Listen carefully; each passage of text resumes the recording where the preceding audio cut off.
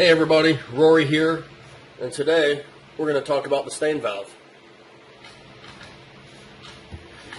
I'm joking, of course, I'm Sci-Fi. Rory doesn't drink while he's shooting videos. But I am going to look at the Styn Valve. What this is a new electronic autococker valve developed by Pumazele, who you would recognize from the Custom Cockers webpage and community. And this is meant to be a part of a kit which will come with a front solenoid, a grip frame, a board, and everything you would need to upgrade an Empire Resurrection autococker to an electronic autococker. That being said, I'm not associated with this project at all. I don't do anything or design anything. I'm not a part of it. But he has sent me this valve so that I could be a beta tester and review it. He also sent me this prototype front solenoid, and I'm going to talk about that real quick and get it out of the way. The first thing you'll notice here is that it's slimmer and sleeker than an original E-blade type of solenoid. The valve he's chosen to use, you can screw your fittings in directly to the valve itself, which means we aren't screwing our fittings into the body and then using a gasket to seal the valve to the body. And that's fantastic. If you ever did one of these before, or if you ever did an E-blade style, you had those two bolts that went into the bottom and you had to kind of tension them both correctly to keep your gasket from leaking. I'm really excited to get rid of the gasket. I think this is going to result in a system that leaks less, and we can all appreciate that. One of the things that we do have with this particular valve is one of the air passageways is on the bottom of the valve. So putting the LPR hose to the bottom of the valve feels a little bit funny, but I think I am not going to be bothered by it overall. And I think it's an okay trade-off for getting rid of that gasket and for the small package that we get here. So that's cool. He also used a braided cable sheathing over the wires, and that's just an added little feature, I guess. He's going to try to use these cable or these braided sheets wherever he can, space permitting. Alright, so that being said, let's talk about the Styn Valve. That is how you pronounce it. It does fit into an autococker that uses an 11/16 size valve body. So what that means is that your newer autocockers, like your Inceptions and Fleas, the SR autococker, the Empire Resurrection, those are all going to use the 11/16 valve body. Your older autocockers are going to use the 9/16 valve. And what you can do if you want to use the Styn Valve on an older autococker is you can have it bored out to an 11/16. You can send this to any of the machinists in the paintball industry. Most of these guys are going to be able to do it. Angry Antley does it at a pretty fair price. And I've talked to him and confirmed that he can do it. And probably several others. But you can have it bored out. It's not really a big deal from what I'm told. And then you can use the 11/16 size valves on your older style autocockers. Obviously, people are going to compare this valve to the MQ2 valve, and probably the MQ or the MQ1, whatever you call it. I don't have any experience with the MQ or the MQ1, but I have a lot of experience with the MQ2. I'm the one on Custom Cockers that used to sell the rebuild kits for those. And one of the main differences here is that with the MQ2, you had your valve with your poppet inside it. You had the spring, then you had the solenoid, then you had a spacer, and then you packed all that in there with your IVG in the back. So you kind of pressed it all together to keep it from leaking. With this, you just have one piece. It's one solid piece. The body, it just slides in, and then you use your valve retaining screw to hold it all in place. So it's a little bit easier to install for sure. And that's not my biggest thing on this valve.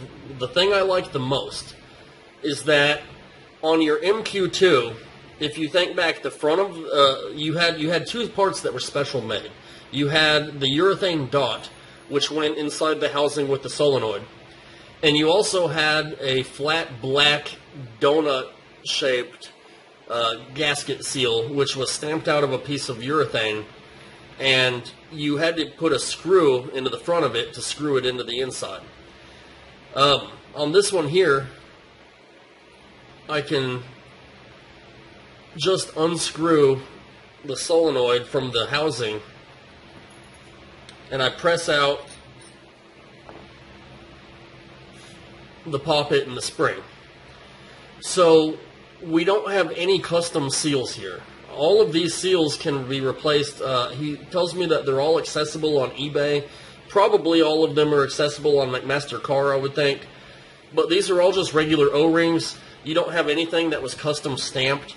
And on the MQ2, I was saying you have to screw in that one seal. I was always afraid that I was going to strip out my piece of plastic and my whole valve would be useless because I over-tightened it and stripped it out in there. We don't have to worry about those things with this valve here. It's just those pieces. They're all standard O-rings. I'm told to use Dow 33. So when we rebuild it, we replace the O-rings, we put a little bit of Dow 33 on there, pack it back into the body part, put a little Dow 33 here,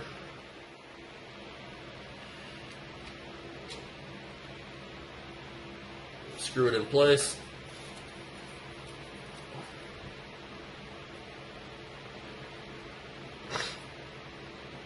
Plug our cable back in, a little bit of Dow 33 here on the front, and that should be all for maintenance. I love that. I think that over the long run, this is going to be a lot easier to maintain.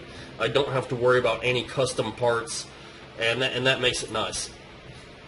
Obviously, it replaces your spring and hammer, and cup seal, and valve from your old autococker. I'm going to get that out of the way. All right. So let's look at how this thing installs in here. If you look on the body, there's this little hole cut into it right here. And that is a place for us, and obviously I should say that there's these wires kind of run through the housing of the body, which is cool. And then our connector sits down in that hole right there. And then we can just kind of pack it into the body of the gun.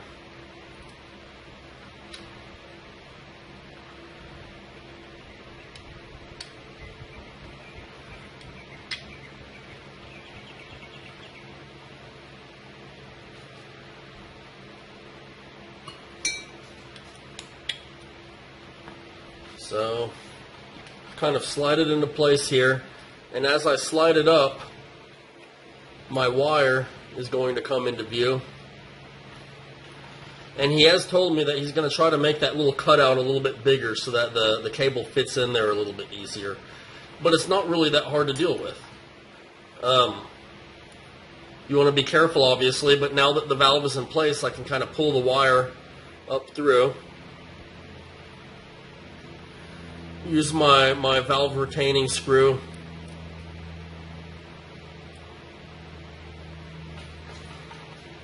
And he did send me a valve retaining screw. It's not the same one that I used with the original Resurrection.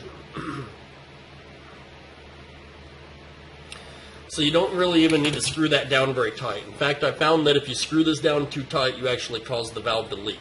But if you just kind of lightly, gently snug it up, it should be okay. Alright, so the valve's in place.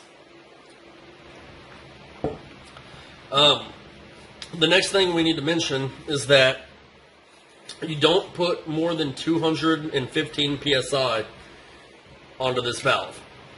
That is the absolute maximum that should go onto that valve, and I'm told that it should shoot fine at 200 psi.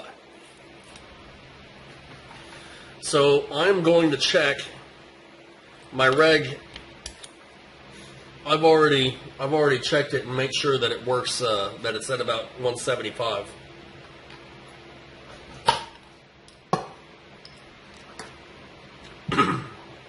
That's good beer.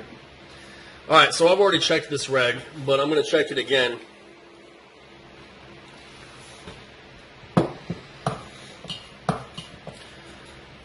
And like I said, I'm told that you should have it around 200. But I'm going to start out a little bit lower than that.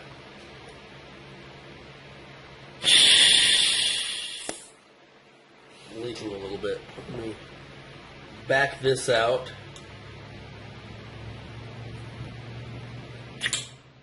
Now I'm not leaking.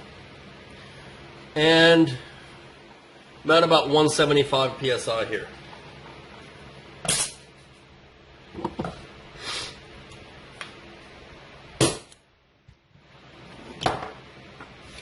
Okay, so now that I've got that on there, I'm going to screw on the grip frame and finish putting everything together. One of the problems here that I'm going to face is that to put this grip frame on a Resurrection autococker requires some modification to either the body or the grip frame. And neither one is really a big deal. But I haven't done any of those modifications, so I'm just going to bolt it on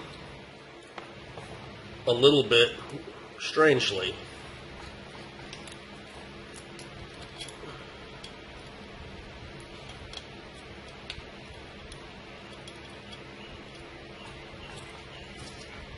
If I can get it on at all.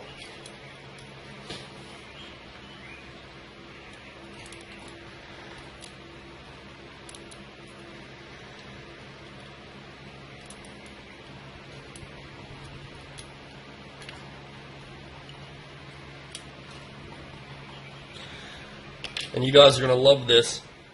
I'm going to zip tie it to my body.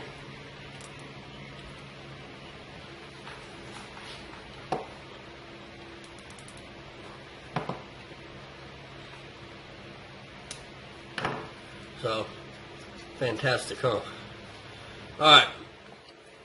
So, let's plug in the valve.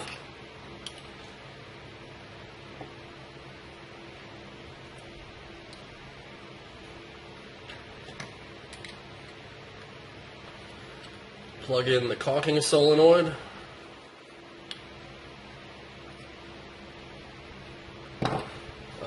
Find a battery.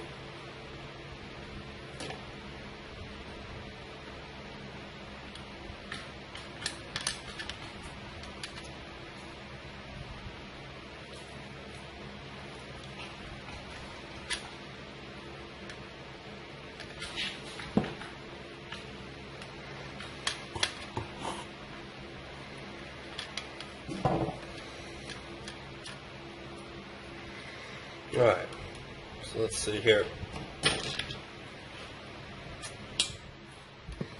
Oh, probably ought to put a bolt into it first. So your original Resurrection bolt pin is too long, just by a little bit. So I'm actually backing mine out just a little. If this was going to be a final build, I would either trim it down or buy a different one. The valve uses the back pressure from the paintball. That actually helps to close off the valve. So when we're just dry firing it, there's two things that are going to happen here. First of all, I'm going to dump a lot more air dry firing than I would if there was paint. The second thing that's going to happen is that because it's dumping so much air, it will eventually have a hard time recocking the gun. Because there won't be enough air to recock the marker when we're dumping. So if I shoot fast enough, we'll see that problem occur. I do have QEVs installed on the RAM, and that's going to help everything, help let it shoot fast. But when I'm shooting paint, it should be able to shoot faster. I have the rate of fire set pretty low right now.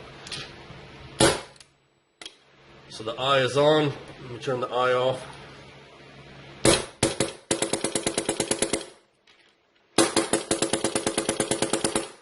So it feels really good. It's pretty easy to install. It's very rebuildable. It feels like it shoots really nicely. I haven't shot any paint with it yet, and tomorrow I'm going to go out to the field and do a video shooting some paint. But for right now, I think it's pretty nice. I like that it's going to be very rebuildable from a technician standpoint. That's my favorite part about it. It's somewhat easy to install. I think it's easier than the alternatives, I guess. So it's a good valve. I'm excited to use it. I'm excited to shoot paint with it tomorrow and eventually have a marker that's not zip tied together. Thanks for watching, guys.